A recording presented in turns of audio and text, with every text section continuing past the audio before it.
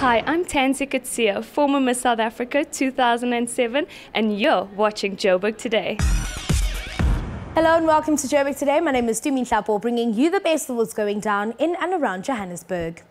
The graves of almost 2,000 British Commonwealth soldiers who perished during the First World War are unknown.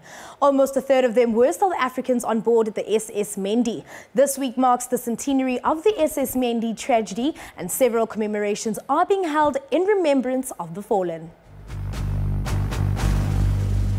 The SS Mendi, a British passenger ship turned troop ship sinking in British waters 100 years ago, is still South Africa's largest maritime disaster. Why? The Ditsong National Museum of Military History has some answers.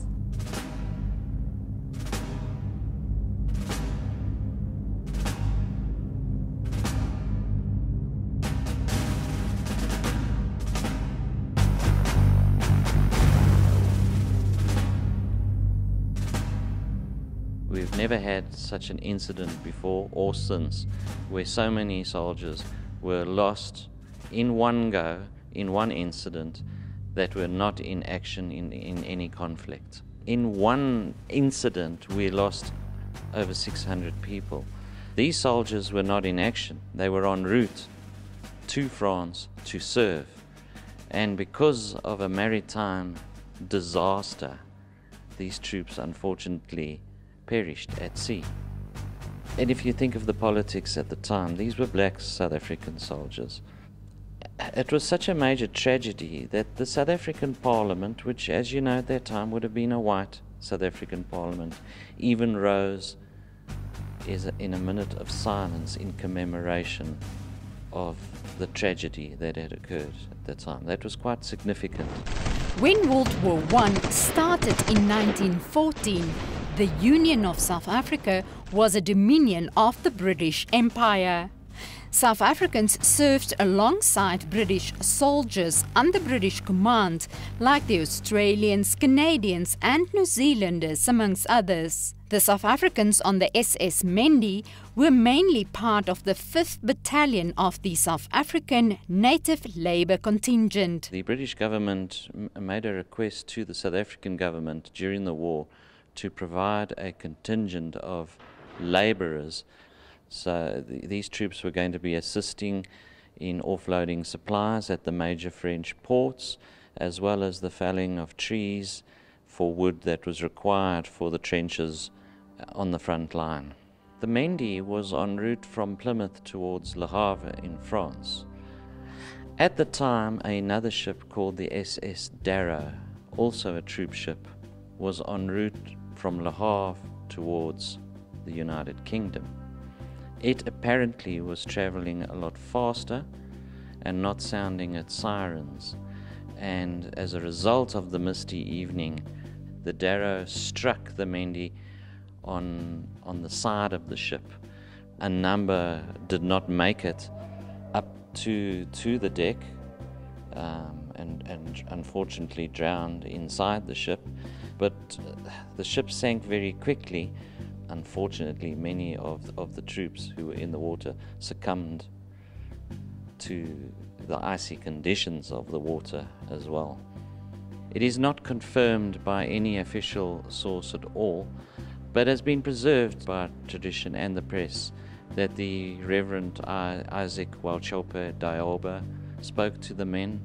They were well disciplined, and they removed their boots and stamped the death dance while the ship was going down. Just over 200 people survived the disaster on 21 February 1917. Now, the ship is still at the bottom of the ocean. A number of bodies were recovered. A number of bodies were washed ashore both in the UK and in Europe. And that is what's most important here, is that many families did not have closure because the bodies simply just were not recovered. The First World War was supposed to be the war to end all wars. It didn't. Maybe remembering the SS Mendi and all fallen soldiers, as well as wartime suffering, will one day. Marise de Klerk, Joburg Today. My name is Thibaut Touch. You're watching Joburg Today. Like us on Facebook, joburgtoday.tv, and follow us on Twitter at Joburg Today. The city of Johannesburg, in partnership with the South African Legion of Military Veterans, will once again be hosting its annual commemoration of the SS Mendi Memorial Service. The event is marked to take place at Avalon Cemetery in Soweto and is open to the public. This happens tomorrow. For a fuller understanding on why this is considered as an important event to commemorate, Nashina chatted to the DA councillor and Speaker of the House, Mr. Vasco da Gama. They all came from the rural areas, have never been involved in war. They had a little bit of training, but obviously they were not allowed to bear arms.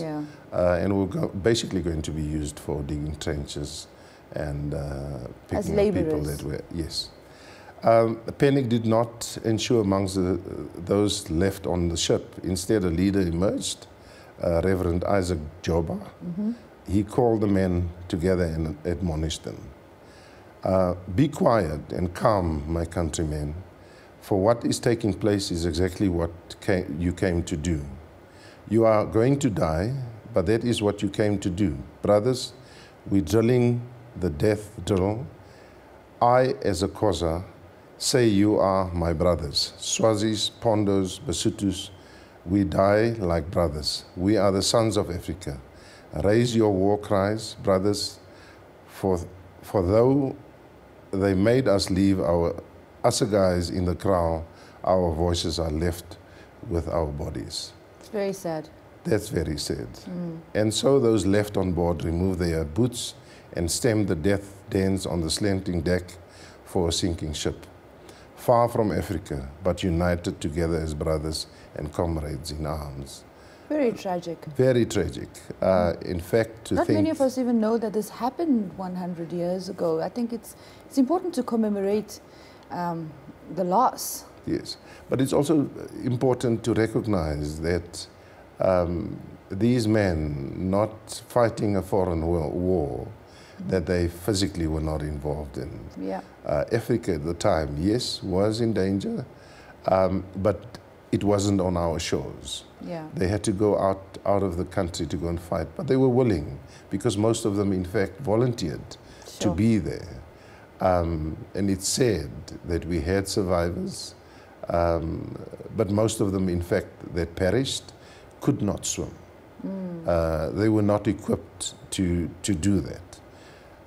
It basically shows us that, you know, South Africans should come together, especially when you've got this very difficult times where people don't have work, but also recognizes that we've made mistakes, and those mistakes must be rectified by us coming together and planning together to ensure that we've got a better life. I no doubt events like this puts us in touch with our humanity once again, and the importance of life. It definitely does, but it also is a lesson to our children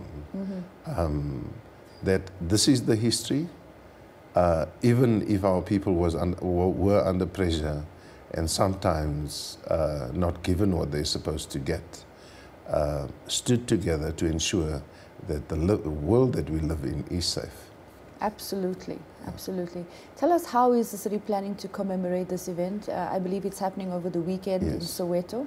We are meeting tomorrow morning at 10 o'clock at Dube, where the military has got a chapel. We're putting up a plaque to commemorate the people that died on the SS Mendi. And after that, we're going to the Avalon Cemetery to go and pay our respects to some of the fallen heroes in that graveyard. And basically, you know, ensuring that people know where South Africans have participated in wars. And obviously throughout, I think, MK soldiers will be there. We also suspect that our ex-premier, first premier in Gauteng, will also be there to come and commemorate this day with us. Is this open to the public? It is open to the public. An open invite went out to the public. We've distributed pamphlets throughout Dubai and the surrounding areas.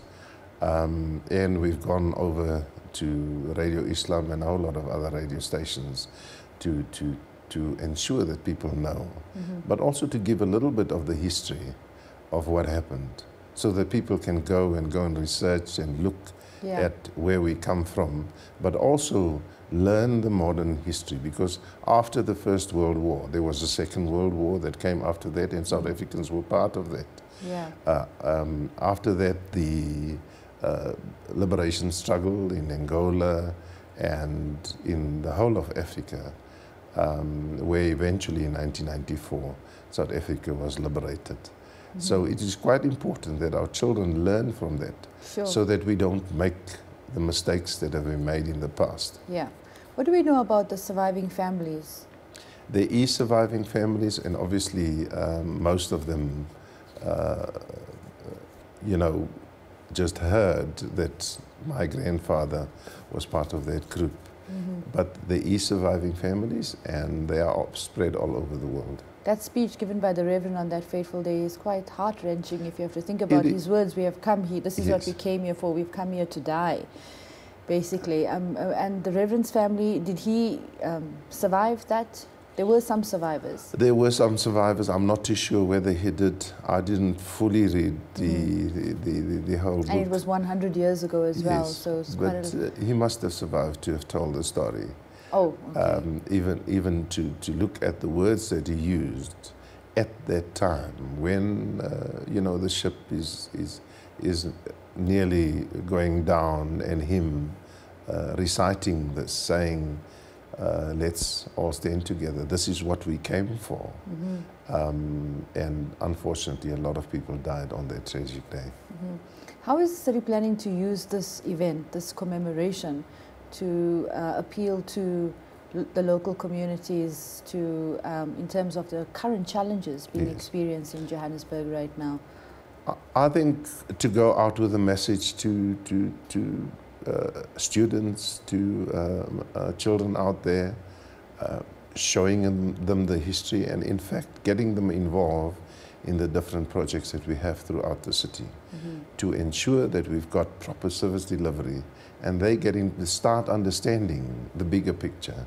And the bigger picture is that as South Africans, we've got to stand together to achieve anything. Absolutely. Yes.